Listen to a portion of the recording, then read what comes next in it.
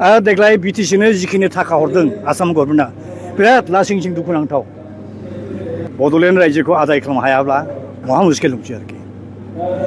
जोंखौ भारत गभर्नमेन्टआ खेबथाम थगायबाय खौबा बुलि खालामनानै कमेन्ट सेक्शननि थ्रु एबा बर' हारिनि बारग' मन्त्रि मानगोनां सानसुमा खुंगुर बसुमतारी सार गोख्रों रावजोंहाय जिखिनि बड'लेण्डआव गोरोबथा जाबोबाय BACA BTC BTR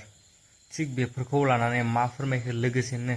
गासैबो खौसेयै ज' जानानै बड'लेण्ड दाबि बड'लेण्ड मोनाब्ला मोनसे समावहाय मा जाहैगोन गोबां खोथाखौ लानानै बिथाङाहाय दिनैहाय खौरांनि गेजेरजों फोरमायदों नोंथांमोना भिडिअखौ नायोब्ला एसेबाबो मोनथिनानै लानो हागोन बेजोंनो लोगोसे Pinky Basumatary Miss Universe India 2026 गाज्रि कमेन्ट होग्राफोरनि सायावहाय फिनजाथाय भिडिअखौ नायनो हागोन बर'फ्राथ' आलादा बड'लेण्ड हादोरखौ थैथां जुजिनानै दा बावैनो सोरजिनानै लानो हायाब्ला बे बुहुमाव बर' हारिया गावनि राव हारिमु गावनि सोदोमस्रि बेफोरखौ लानानै हारि हिसाबै थांनानै थानो मस्थ गोब्राब जानोसै बेखायनो थैथां बड'लेण्ड सेपारेट स्टेटखौ जेसेबां बर'फोरनि गेजेराव आफादफोर दं पलिटिकेल पार्टिज होन नन पलिटिकेल पार्टिज होन फरायसा आफाद होन आइजो आफाद होन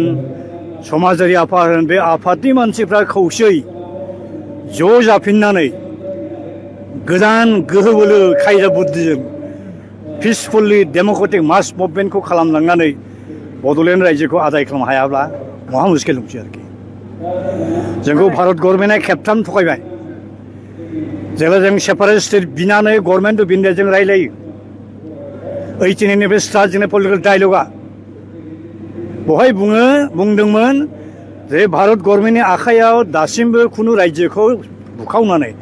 आलादा रायजो रावनोबो होनायनि खुनु थांखि गैया नोंसोर आफादआव बेखौ लाथ'दों जोंखौ 93 आव BACखौ जासिबाय जोंबो लाबाय एक्सपेरिमेन्ट खालामबाय जोङो आंनो चिफ जानो मोन्दोंमोन अखाफोर 6 दाननि उनाव गेजेराव आं मिथिबाय जे जि खोथा जबान भारत गभर्नमेन्ट आसाम गभर्नमेन्ट होदोंमोन बे जबानखौ लाखियाखिसै बिनि जाहोनाव आङो 6 मासनि उनाव BACनि चिफनि राजउलाफादखौ जोगदावनानै आं रिजाइन जाना फैदों बिनि उनाव मा जाबाय बे BAC एकर्ड इमप्लिमेन्ट जायाखिसै आंनि उनाव प्रेमसिं ब्रह्म चिफ जाफैबाय प्रेमसिं ब्रह्मनि उनाव फैबाय कनकचर नार्जारी 93 निफ्राय 2003 सिम BACनि जेसेबां एकर्डनि क्लज दंमोन बे क्लजआ इमप्लिमेन्ट जायाखिसै बेनि जाहोनाव माखासे जोंनि जोहोलाव सेंग्रा सिख्लाफ्रा BLT नामनि गोदान मोनसे मिलिटान्ट आफाद दानानै आर्मड स्ट्रागलखौ स्टार्ट खालामबाय गावसोरबो गोबां थैबाय आइ आफा रायजोबो थैबाय गुबुनाबो थैबाय लास्टआव जोङो BLT लिडारफोरखौ खावलायबाय जे गभर्नमेन्टजों रायलायनानै एकर्ड माबा मोनसे खालामनो हायो नामा समाजनि मानसिफोरनि एडभाइस मथे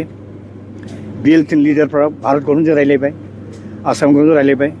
थाङै 2003 मायथाइनि 10 फेब्रुवारियाव भारत संबिजितनि 6थि सिडिउलनि आन्दाराव बड'लेण्ड टेरिटरियेल काउन्सिल मुंनि मोनसे गोदान एरेन्जमेन्टखौ होबाय बेखौबो जों एक्सपेरिमेन्ट खालामनानै नायबाय बेजोंबो जाफुंनायनि खुनु सानसां गैया मानो होनबा बेवहाय फाइनेन्स डिपार्टमेन्ट गैया ल' एन्ड अर्डार गैया पुलिसनि सायाव जेबो कन्ट्रलिं अथरिटि गैया अब्ला बे डेभेलपमेन्टनि खामानि आरो गुबुन गुबुन थाफैनो मोनै मानसिफ्रा दिनै लोब लोब रोजा रोजा फैदों बे मानसिखौ सोर होबथागोन जोंनि आखायाव जुदि पुलिस गैयाब्ला ल' एन्ड अर्डार अथरिटि गैयाब्ला बेनि उनाव थांदों नै एबसुआ सोमावसारफिन लाबाय प्रमद बर'नि लिडारशिपआव NDB प्रमद बर' एबसु UBPआव कय खेब सावरायनानै दिल्लीयाव अकस्मात हरखाब रोखोमै खुनु सिभिल ससाइटि मिथिया मा सुक्ति खालामनो थांदों नै 2020 मायथाइनि 27 जानुवारियाव नुफेरै खोनाफेरै BTR नामनि गोदान मोनसे एरेन्जमेन्ट लाना फैबाय बेवहाय जों नुबाय अनेक डिफेक्ट थाबाय इभेन BTCआव हाबनाय गामिफोरखौनो खोलानिखौ दानख्लाबजोबनानै अनेक प्लेन लाबाय 16था डिपार्टमेन्टखौ DCफोरनो हरबाय गुवाहाटी हाइकर्टआव जोङो PIL केस हैनांबाय सुप्रिम कर्टआव केस हैनांबाय बेयावसो थाबथादों थाङै थुङै लास्टआव आं हारसिंनो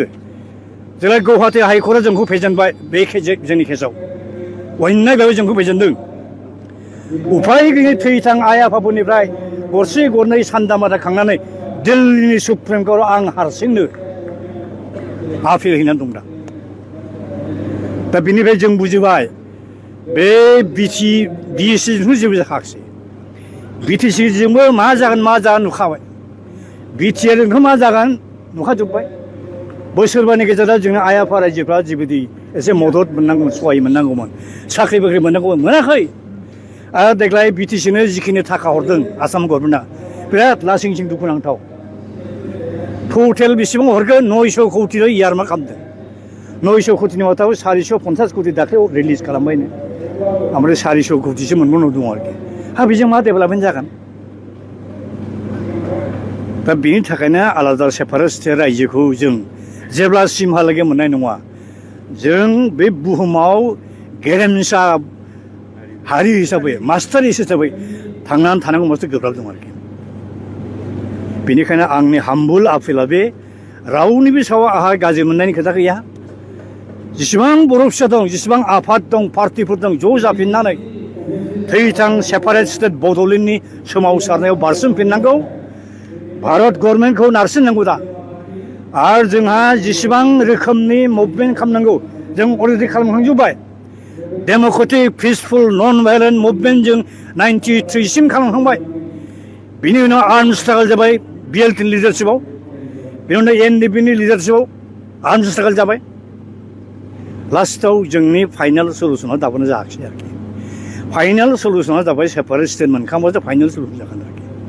दा बेखायनो जों गभर्नमेन्टनि बिदिखौ बुंनो नागिरदों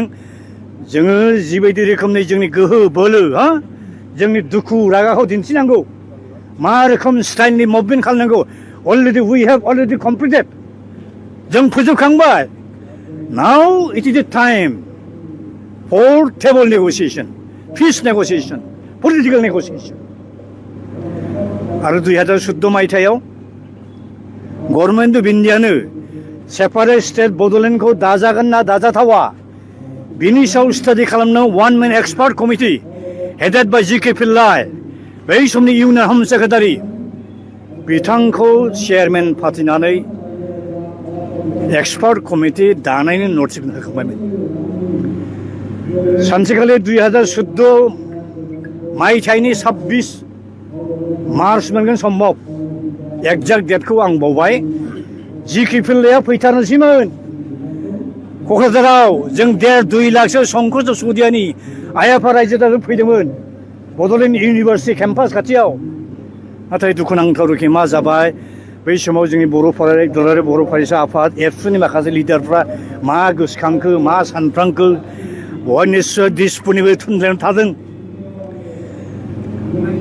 बेखौ फैनो नाङा होननानै बादा होबाय मा रोखोम बादा होखो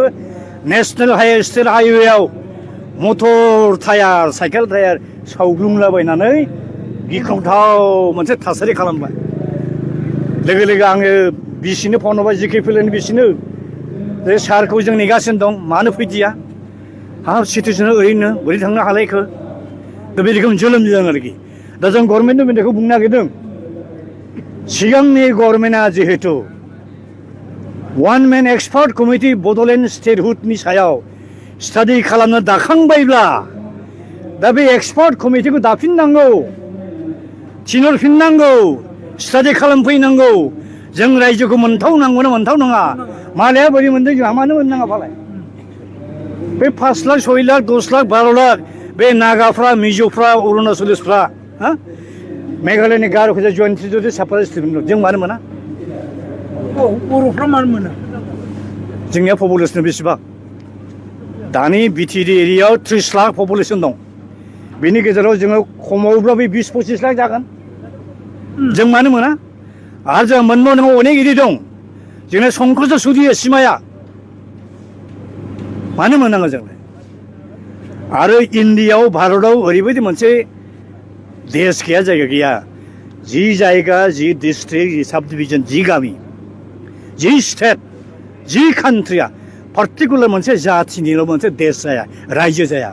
बाव गुबुन गुबुन हारिनि मानसिया थानो हायो दङ आरोखि जेरै नागालेण्डआव नागानि बादियाव अनेक गोबां मानसि दं अरुणाचलबो गोबां मानसि दं मेघालयआव गोबां जाथिनि मानसि दं जोंनि दाबिया नायजो दाबि जों बेखौ मोनखानांगौ बेनिखायनो आङो लास्टआव दुलाराय बुहुमनि बर' फिसाखौ आं खावलायबाय गेजेराव गावजों गावनि गेजेराव जे गोनो गोथो गोरोन्थि सानफ्लांलायनाय भुल बुजाबुजि बेखौ जालदाब बावजोबनानै खौसे गावजों गाव बिखा गोरोबलायनानै गोदोना गोबालायनानै सिगांनि बायदि जों बड'लेण्ड सुबुं सोमावसारनायखौ जागायफिननांगौ आरो बे मेसेजखौ होनोनो आंखौ लेंहरनाय हिसाबै दिनै फार्स्ट कनभेनसन गोदोनि गोजाम भलुन्टियार फर्सनि आफादनि जे हांख्रायनाय बे हांख्रायनायखौ आङो सनमान होनानै आं दिनै नुजाफैदों आरो जेनेबा पार्सनेल अपिनियनबाबो आं बेखौनो सानो जे मानसिया इमानबो हार्टलेस जानाङा जे नोंथाङा सोरखौबा बुलि खालामगोन ससियेल मिडियायाव आंनि पार्सनेल एक्सपिरियेन्सखौ बुंनो थाङोबा आंनि 100%आवनो 90%आ खिन्थु आंना मोजां कमेन्ट्स फैयो 10%आ मोनसे हेट्रेड थायो बे पार्सनेल खोथा मानसिफोरनि बाट आङो बेखौनो बुंनो सानो जे गासैबो इन्डिभिजुवेला मोनसे थिंकिं थायो मोनसे अपिनियन थायो बाट हार्टलेस जाद्रायनाङा आरोना नों जे सोरखौबा बुलि खालामनानै कमेन्ट सेक्सननि थ्रु एबा हेरेस खालामहरनाय मेसेजफोराव बेफोरखौ नोङो सानना नायनांगौ नोंनि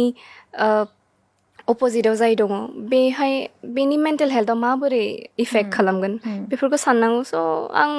बेखौनो बुंनो सानो जे हेट्रेड कमेन्टखौ बांसिनानो नेग्लेक्ट खालामनांगौ स' आङो नेग्लेक्टखौनो खालामो इगनर खालामो आरो